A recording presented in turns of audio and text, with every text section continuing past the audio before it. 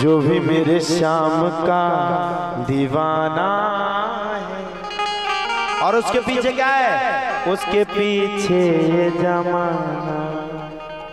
बोलो वृंदावन में हरि लाल की जय। तो भगवान कभी गोपियों को सताते, कभी गोपियां भगवान को सताती। परस्पर भगवान का प्रेम चला और परस्पर प्रेम चलने के बाद अब तो महाराज धीरे धीरे करके भगवान बड़े हो गए। जब भगवान बड़े हुए तो क्योंकि भगवान का अब समय मथुरापुरी की ओर हो रहा है, शरद पूर्णिमा की रात्रि पर भगवान ने बड़ी सुंदर बांसुरी बजाई। अभी शरद पूर्णिमा निकल गई। कौन कौन व्रत था शरद पूर्णिमा पे? एक पति को, एक सती को लड़ुआ हो, जो एक पंडित जी को भी हो। शरद पूर्णिमा की रात्रि पर भगवान ने बड़ी सुंदर बांसुरी बजाई। जब भगवान ने शरद पूर्णिमा की रात्रि पर बड़ी सुंदर बांसुरी बजाई तो बांसुरी की धुन को सुनकर के महाराज, बांसुरी की धुन को सुनकर के सात गोपियां मंत्र मुग्ध हो गई। अब महाराज सबरी गोपियां भगवान की जब बांसुरी को सुना तो सबरी गोपियां प्रसन्न हो गई। कोई भोजन बना रही थी, भोजन को छोड़ गई।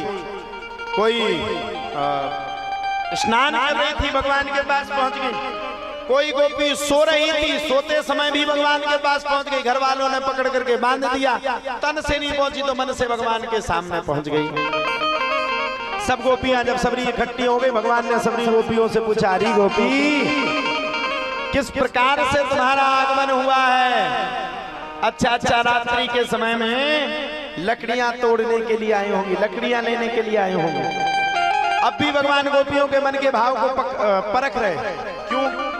जैसा कि मैंने आप सभी को पहले ही बताया, भगवान क्यों परख रहे? बोले निर्मल मन जन सो मोहि पावा, मोहि कपट छल छिद्र ना भावा।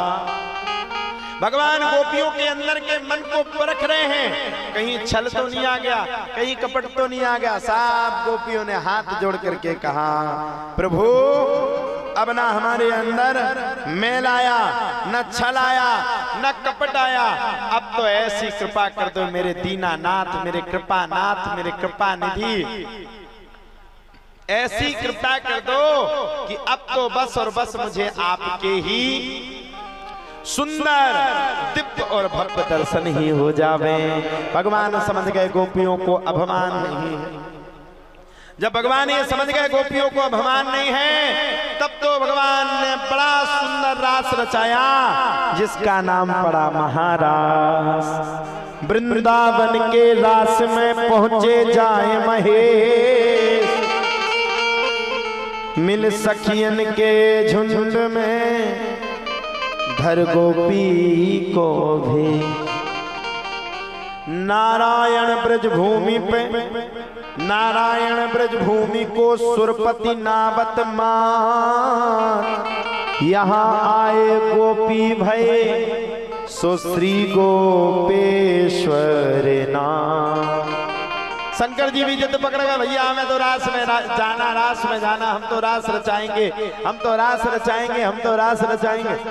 पार्वती बोली, सुनो वहां पर पुरुषों की एंट्री नहीं है, सिर्फ स्त्रियां ही जा सकती हैं। अरे बोले महाराज ऐसा नहीं हो सकता, मैं तो रास में जाऊंगा। बोले बाबा चल पड़े रास में। रास में पहले ही लिखा था पुरुषों का आना वर्जित है। सेवादारों ने भोले बाबा को भगा दिया, भागो यहाँ से, मरे हुए मुर्दे की भस्म लपेटे बैठे हो, सांप को साथ में लिए, भाग जाओ यहाँ से। भोले बाबा को बड़ा बुरा लगा। अब की बार भोले बाबा ने कहा अब की बार नहीं पकड़ेंगे। अब तो भगवान ने गोपी का भेष धरना शुरू कर दिया। और जब भोले बाबा ने भेष रखना शुरू किया तो बड़ी सुंदर गोपी बन गए भोले बाबा।